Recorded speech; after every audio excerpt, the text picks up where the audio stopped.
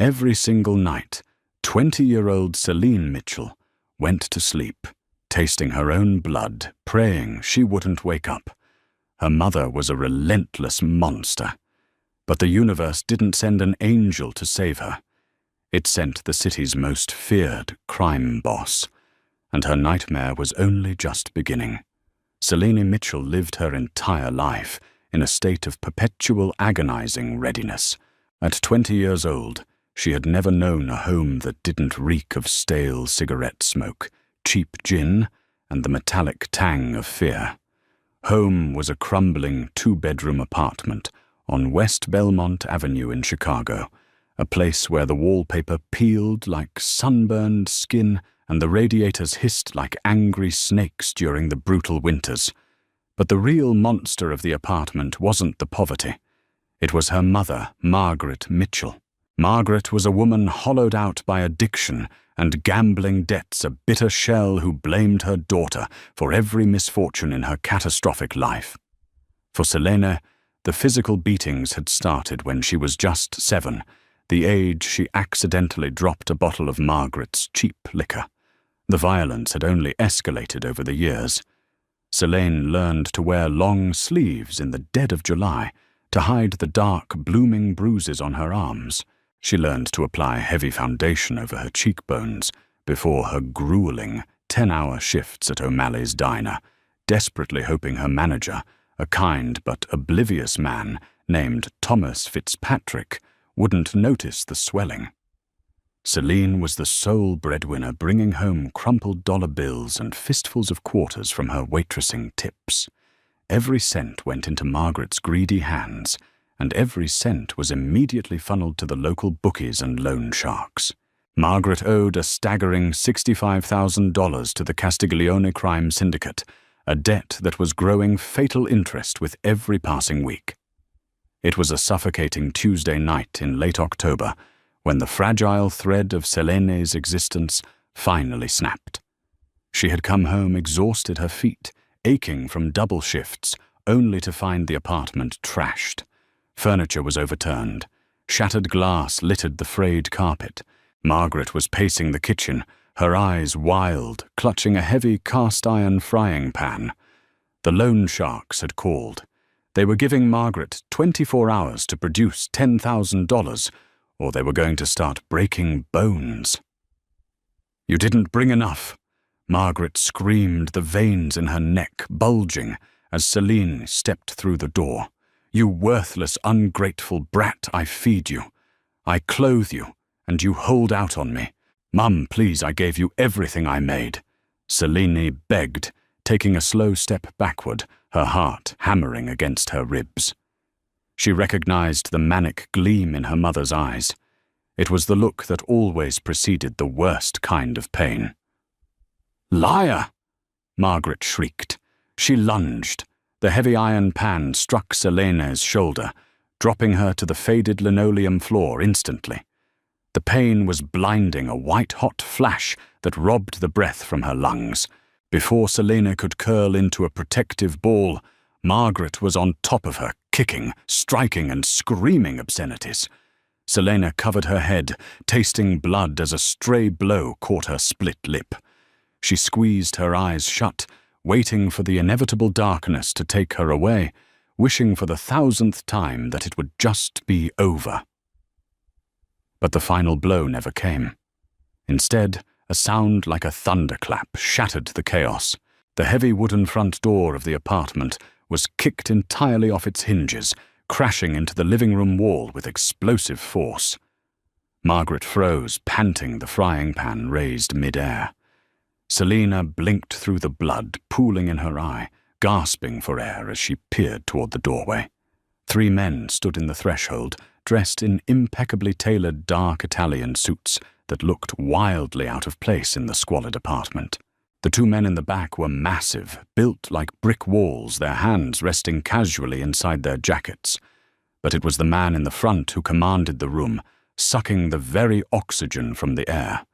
Vincenzo Castiglione. He was 32, striking in a predatory, terrifying way.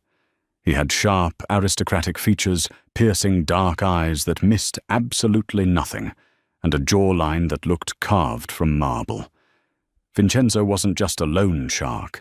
He was the Don of the Castiglione family, the undisputed king of the Chicago underworld. Rumor had it he had personally dismantled his rivals with his bare hands. He was a man who traded in millions, not the petty thousands Margaret owed. His presence in this filthy apartment was an anomaly that defied all logic. Vincenzo stepped into the room, the soles of his custom Oxford shoes crunched over the broken glass. His gaze swept the apartment, taking in the squalor, the terrified, panting mother, and finally the bleeding, battered girl on the floor. His eyes locked onto Selene. A terrifying, unreadable darkness flashed in his gaze. Margaret Mitchell. Vincenzo's voice was dangerously quiet, a low baritone that vibrated with lethal authority. "Mr. Castiglione?" Margaret stammered, dropping the iron pan. It clanged loudly against the floor. I can explain. I have your money. I just need a few more days. This stupid girl of mine, she's been stealing from me." Vincenzo didn't look at Margaret. He walked slowly toward Selena, crouching down so he was eye level with her. He reached into his breast pocket, pulling out a pristine white silk handkerchief. With surprising gentleness, he pressed it against the deep cut on Selena's cheekbone.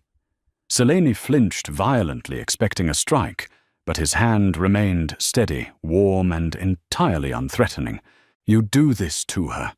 Vincenzo asked softly, never breaking eye contact with Selene. "She needs discipline," Margaret babbled frantically. "You know how it is, Mr. Castiglione. Kids today, they don't respect the sacrifices we make. But the money—" Vincenzo stood up. He turned to his men. "Lorenzo, break her hands, both of them." Margaret's eyes widened in sheer horror. "Wait. No, please." Before she could run, the two massive enforcers crossed the room in a heartbeat. They pinned Margaret to the kitchen counter. Her agonizing screams echoed through the apartment as the sickening sound of snapping bone filled the air. Selene clamped her hands over her ears, sobbing hysterically, entirely unable to process the nightmare unfolding before her. Vincenzo turned back to Selene, entirely unfazed by the brutal violence happening 5 feet away. He leaned down and effortlessly scooped her frail, beaten body into his arms. Selene was too weak, too broken to fight. She smelled the expensive aroma of Tom Ford tobacco vanilla and clean linen on his suit. "The debt is cancelled, Margaret," Vincenzo said coldly over his shoulder as the woman collapsed to the floor in agony. "Consider your daughter the final payment." He carried Selene out into the cold Chicago night toward a waiting fleet of black SUVs. Selene's head rested against his chest. She was bleeding, terrified, and being abducted by a Mafia boss. As the darkness of unconsciousness finally pulled her under, she realized she had just traded a monster. She knew for a devil she didn't. Selene woke to the blinding glare of morning sunlight and the soft rhythmic beeping of a heart monitor. She panicked instantly, her body tensing to scramble away, but a sharp, localized pain in her ribs forced her back down. She gasped, her eyes flying open. She wasn't on the blood-stained linoleum. She wasn't in a sterile, crowded public hospital either. She was lying in a massive 4-poster bed, draped in high thread-count Egyptian cotton. The room was the size of her entire apartment, featuring floor-to-ceiling windows overlooking a sprawling, meticulously manicured estate that ended at the crashing waves of Lake Michigan. The walls were painted a soft cream, adorned with classical art, and a massive crystal chandelier hung from the vaulted ceiling. It was a room fit for royalty. "Try not to move too quickly, Miss Mitchell. You have 3 fractured ribs, a severe concussion, and enough contusions to paint a canvas." Selene turned her head slowly. A man in a white medical coat was packing a leather doctor's bag near the door. He looked to be in his late 50s, with kind eyes and greying hair. Where am I?" Selene croaked her throat, feeling like sandpaper. "You are at the Castiglione estate in Lake Forest," the doctor replied, pouring a glass of water from a silver pitcher on the nightstand and bringing it to her. "I am Dr. Harrison Reed. I am the private physician for the family. You've been unconscious for 2 days. We had to administer IV fluids due to severe malnutrition and dehydration." Selena took the water with a trembling hand, sipping it slowly. The memories of Tuesday night came crashing back the frying pan. Her mother's screams, the sickening sound of breaking bones, and the terrifying dark-eyed man who had carried her out into the night. "Why am I here?" she whispered, clutching the silk sheets to her chest. "What does he want with me?" Before Dr. Reed could answer, the heavy oak doors of the bedroom swung open. Vincenzo Castiglione walked in. He was out of his suit, wearing a tailored black dress shirt with the sleeves rolled up to his forearms, revealing intricate dark tattoos that snaked up his skin. He looked less like a corporate executive today, and more like the lethal predator the streets claimed him to be. He carried a leather-bound folder in his left hand. Dr. Reed immediately stood straighter. "Her vitals are stabilizing, Mr. Castiglione. She needs at least 2 weeks of bed rest and heavy caloric intake. Thank you, Harrison." "Leave us," Vincenzo commanded. The doctor nodded hastily and exited, pulling the heavy door shut with a soft click. Selene was left utterly alone with the most dangerous man in the city. She shrank back against the pillows, her breath hitching. She had heard the whispers in the diner. Vincenzo Castiglione didn't take prisoners. He didn't do favors. He was a ruthless strategist who only moved when there was something to be gained. Vincenzo pulled a velvet armchair to the side of her bed and sat down. He didn't say anything at first. He just looked at her, his dark eyes analyzing the bandages on her face, the cast on her wrist, and the sheer terror vibrating through her small frame. "Are you in pain?" he asked, his voice a low, smooth rumble. "No." Selene lied instantly, a survival instinct honed from years of abuse. Showing weakness to a monster only invited more violence. Vincenzo's jaw tightened. "Do not lie to me, Selene. In this house, we do not lie." "What do you want from me?" Selene asked, her voice cracking. "I don't have any money. If my mother told you I have a secret stash, she was lying. I have absolutely nothing." "I am well aware of what you have and what you lack," Vincenzo said calmly. He tossed the leather folder onto the bed. It landed heavily over her legs. "Open it." Selene hesitated, her hands shaking as she reached for the folder. She flipped the cover open, expecting to see a ledger of her mother's debts, or perhaps a horrific contract demanding illegal servitude. Instead, her breath caught in her throat. Inside were photographs, dozens of them, but they weren't recent. They were old, slightly faded photographs of a man she barely recognized, a tall, handsome man with her exact shade of auburn hair and green eyes. "That is Arthur Mitchell," Vincenzo stated. "Your father." Selene stared at the photos, her mind spinning. Her mother had always told her that her father was a deadbeat who ran out on them when she was a baby, a worthless coward who died in a drunk driving accident. "My father is dead," Selene whispered. "He is," Vincenzo agreed, leaning forward, resting his elbows on his knees. "He died 14 years ago. But he didn't die in a car crash. He was murdered by a rival syndicate. Your father, Selene, was the chief forensic accountant for my father, the former Don of this family." Selene's head snapped up, a sharp pain shooting through her neck. "What? No. My mother said he was a nobody. Your mother is a parasite who lied to you to cover her own tracks." Vincenzo sneered, his voice dripping with venom. 14 years ago, my father's empire was under attack by the Romanos. They ambushed us. I was 18 years old, bleeding out in a safe house. Your father was there. He wasn't a soldier, he was a numbers man. But when the Romanos breached the door, Arthur Mitchell took a bullet to the chest that was meant for me. He saved my life. Selene was paralyzed. The room seemed to tilt on its axis. Before he died, he made me swear an oath. Vincenzo continued, his eyes darkening with a haunted memory.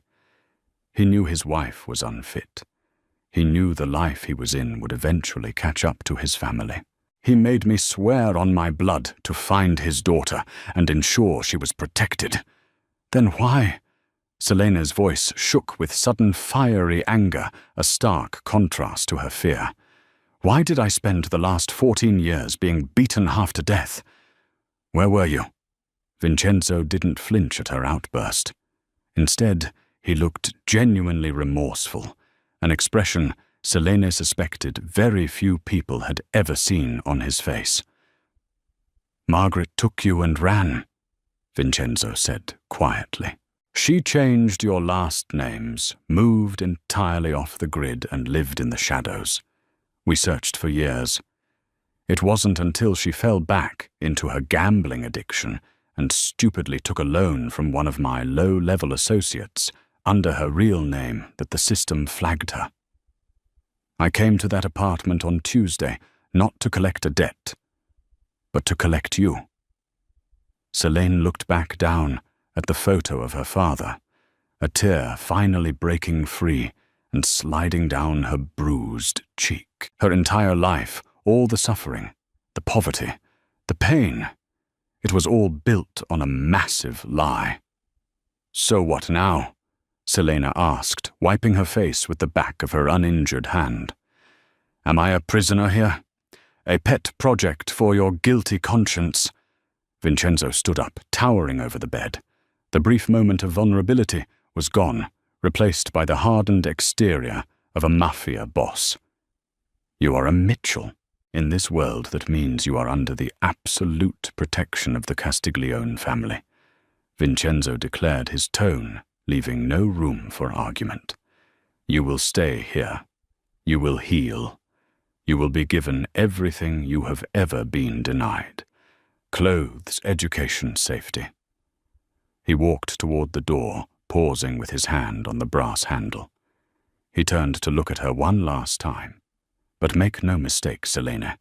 This world is far more dangerous than your mother's fists. You are safe within these walls. But if you step outside without my permission, I cannot protect you from the wolves that are waiting. Welcome to your new life." The door clicked shut, leaving Selene alone in the velvet prison of the Castiglione estate, a girl torn from a nightmare only to be thrust into a gilded cage of blood and secrets. Autumn bled into a brutal Chicago winter, blanketing the Lake Forest estate in a suffocating layer of pristine white snow. Inside the mansion, the climate was carefully controlled, but the emotional temperature was a different story. For the first 2 months, Selene was a ghost haunting the sprawling corridors. Her physical wounds healed, the fractured ribs knit back together, the bruises faded from angry purples to faint yellows, and Dr. Reed finally removed the cast from her wrist. Her wardrobe was replaced entirely. Gone were the threadbare sweaters and cheap polyester uniforms. Vincenzo had summoned a team of personal shoppers who filled her vast mahogany closets with Loro Piana cashmere-tailored Chanel trousers and heavy wool coats. But silk and cashmere couldn't warm the bone-deep chill of her new reality. Selena was isolated. She spent her days in the estate's 3-story library, devouring books on finance, history, and law. She was desperate to understand the empire her father had died protecting, and the man who now held her life in his impeccably manicured hands. Vincenzo was a phantom. He was often gone before dawn, orchestrating his vast illegal enterprises from the shadows of the city and returning long after Selene had retreated to her bedroom. When they did cross paths, usually in the dimly lit dining room, over a silent dinner of roasted pheasant and vintage Barolo, the tension between them crackled like a live wire. He watched her with a predatory intensity that made her skin flush, but he kept a physical distance, treating her like a fragile porcelain doll that might shatter if he touched her. Selena hated it. She had spent her entire life surviving a monster. She didn't need to be coddled by a Mafia boss. The breaking point arrived on a frigid night in late January. Selena couldn't sleep. The howling wind rattling the bulletproof windows reminded her too much of her mother's screaming. Wrapping a thick velvet robe over her nightgown, she wandered downstairs toward the West Wing, seeking the quiet sanctuary of the library. Instead, she saw a sliver of golden light spilling from the crack of Vincenzo's private study. Pushing the heavy oak door open slightly, Selena peered inside. Vincenzo was sitting at his massive mahogany desk, a glass of amber scotch in one hand, staring at a sprawling blueprint of the downtown shipping ports. His suit jacket was discarded, his tie undone, and his white shirt was unbuttoned at the collar. For the first time, he looked exhausted. "If you are going to eavesdrop Selene, at least step into the room," Vincenzo said. He didn't even look up. Selene stiffened, pushing the door open fully. "I wasn't eavesdropping. I couldn't sleep." Vincenzo finally raised his eyes. The raw, unfiltered hunger in his gaze pinned her to the floorboards. "Neither could I." He gestured to a leather Chesterfield sofa opposite his desk. "Sit." She obeyed, pulling the robe tighter around her waist. "You avoid me," she said bluntly, the sudden courage surprising even herself. Vincenzo chuckled a dark, raspy sound that sent a shiver down her spine. "I keep you at a distance, Selene, because I am acutely aware of what I am. You have been brutalized enough by this world. I won't be another source of pain for you." "I'm not Glass Vincenzo," Selena fired back, her green eyes flashing. "I survived 20 years in a war zone you can't even fathom. I don't need you to lock me in a tower. I need to know what's happening outside these walls. I need to know why the guards have doubled at the front gate since Tuesday." Vincenzo paused slowly, setting his scotch glass down. He stared at her, assessing the fierce, unbroken spirit that his wealth hadn't managed to soften. A slow, dangerous smile curved his lips. "You have your father's mind. And his temper," Vincenzo murmured. He stood up and walked around the desk, leaning his hips against the polished wood, crossing his arms. "The guards are doubled because we have a leak. The Romano family, the syndicate that ordered the hit on your father 14 years ago, has a new boss. Carmine Romano. He's ruthless, sloppy, and hungry for territory, and somehow he found out you exist." Selene's blood ran cold. "Me? Why would he care about me? I'm nobody." "You are the ward of the Castiglione family," Vincenzo corrected his voice, dropping an octave, stepping closer until he was looming over her. The scent of tobacco, vanilla, and gunpowder clung to his skin. "You are my only known vulnerability.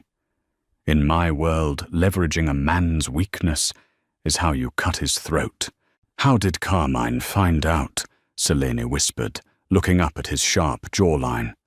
Vincenzo's eyes darkened, a storm brewing in the obsidian depths. "That is the part that will break your heart, Selene. Carmine didn't have to hire spies. The information was sold to him." He reached onto his desk and handed her a manila envelope. "Look inside." With trembling fingers, Selene opened the envelope. Inside were surveillance photos of a woman sitting in a dark, smoke-filled booth of a dive bar, sliding a piece of paper across the table to one of Carmine's known lieutenants. The woman had two heavily casted hands resting on the table. It was Margaret. "Your mother survived the punishment," Vincenzo said quietly.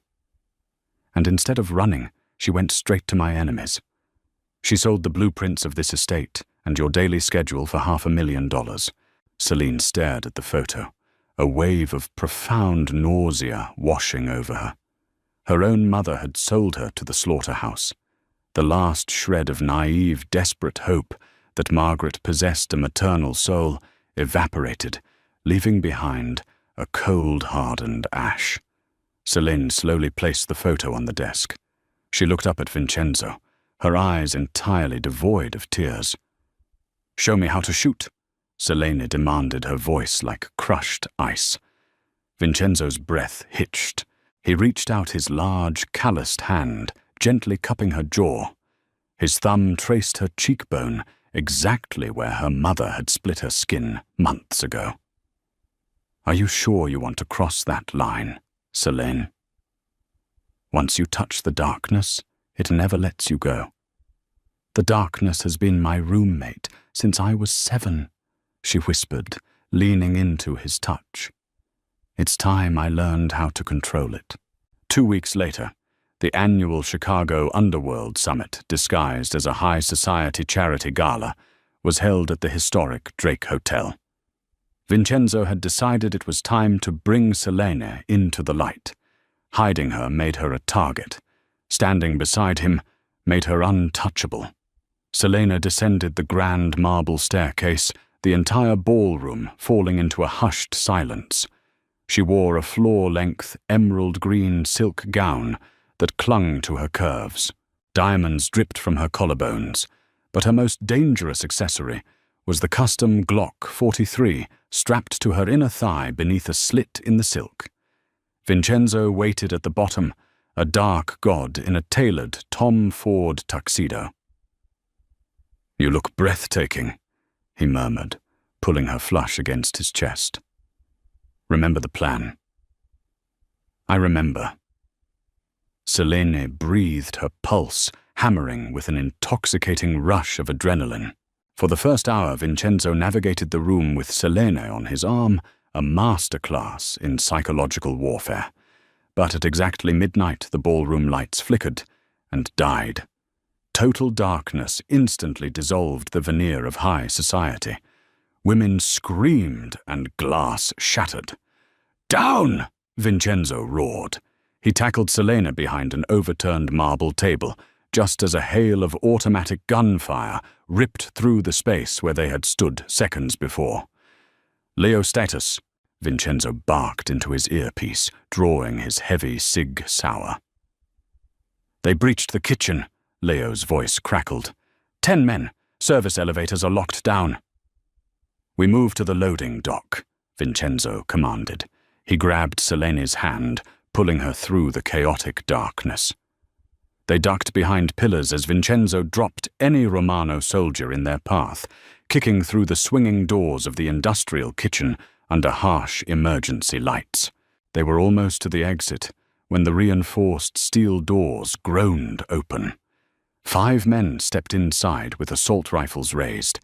Standing behind them, her hand still wrapped in dirty medical bandages, was Margaret Mitchell. Celine froze. All the air left her lungs. "Look at the little princess," Margaret sneered, her voice echoing in the metallic kitchen. "I told you, Carmine, she'd follow him like a lost dog." Carmine Romano stepped from the shadows, a greasy smile on his face. "Castiglione, you're losing your touch. All this over a stray." Vincenzo stepped in front of Selene, shielding her entirely. "Carmine, you just signed your own death warrant." "I don't think so." Carmine laughed, raising his weapon to aim directly at Vincenzo's chest.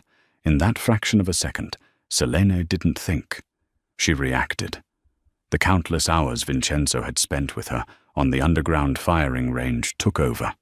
Dropping to one knee, she slid out from behind Vincenzo's broad frame. Her hand shot up the slit of her dress, her fingers wrapping around the cold grip of the Glock. Before Carmine could pull his trigger, Selena leveled her weapon and fired twice. Bang! Bang! The first bullet shattered Carmine's knee. The second buried itself perfectly between his eyes. The Romano boss collapsed dead before he hit the linoleum. The kitchen erupted. Vincenzo moved like lightning, taking down 3 of the guards, while Leo and the Castiglione reinforcements flooded through the rear stairwell, neutralizing the rest. The gunfire ceased, leaving a ringing silence, broken only by a dripping water pipe. Margaret was backed against the walk-in freezer, her face devoid of color, trembling violently as she stared at her daughter. Celine stood up slowly, the smoking gun still firmly gripped in her hand. She stepped over Carmine's bleeding corpse, walking toward the woman who had made her life a living hell. "Celine. Baby," Margaret stammered, raising her casted hands defensively. "I had to. They threatened me." Celine stared at her. There was no anger left, just the clinical realization that some rot needed to be cut out. Vincenzo walked up behind Selene. He didn't raise his weapon. This was her demon to slay. "I am not your baby," Selene said, her voice eerily calm. "I am a Castiglione." She lowered the gun and looked at Vincenzo. "Banish her. If she ever sets foot in Chicago again, feed her to the lake." Vincenzo nodded, once gesturing to Leo, who violently dragged the sobbing Margaret out into the freezing night. When they were finally alone, amidst the carnage, Vincenzo gently took the gun from Celine's shaking hand and tossed it onto a counter. He pulled her against his chest. "You saved my life," Vincenzo whispered fiercely. "You saved mine first," Selene replied. Vincenzo crushed his mouth to hers, a vow sealed in blood and gunpowder, a consuming fire that claimed her soul entirely. Selene Mitchell died that night on the cold kitchen floor. But Selene Castiglione, the ruthless queen of the Chicago underworld, was just taking her first breath. If Selene's journey from a broken, abused girl to the untouchable queen of the Chicago underworld kept you on the edge of your seat, you won't want to miss our next story. Love, betrayal, and mafia justice. This is the kind of drama that proves that darkest nights often wear custom Italian suits. Did Selene make the right choice in sparing her mother? Let us know in the comments. Don't forget to like, share, and subscribe for more heart-pounding dramatic stories every single week.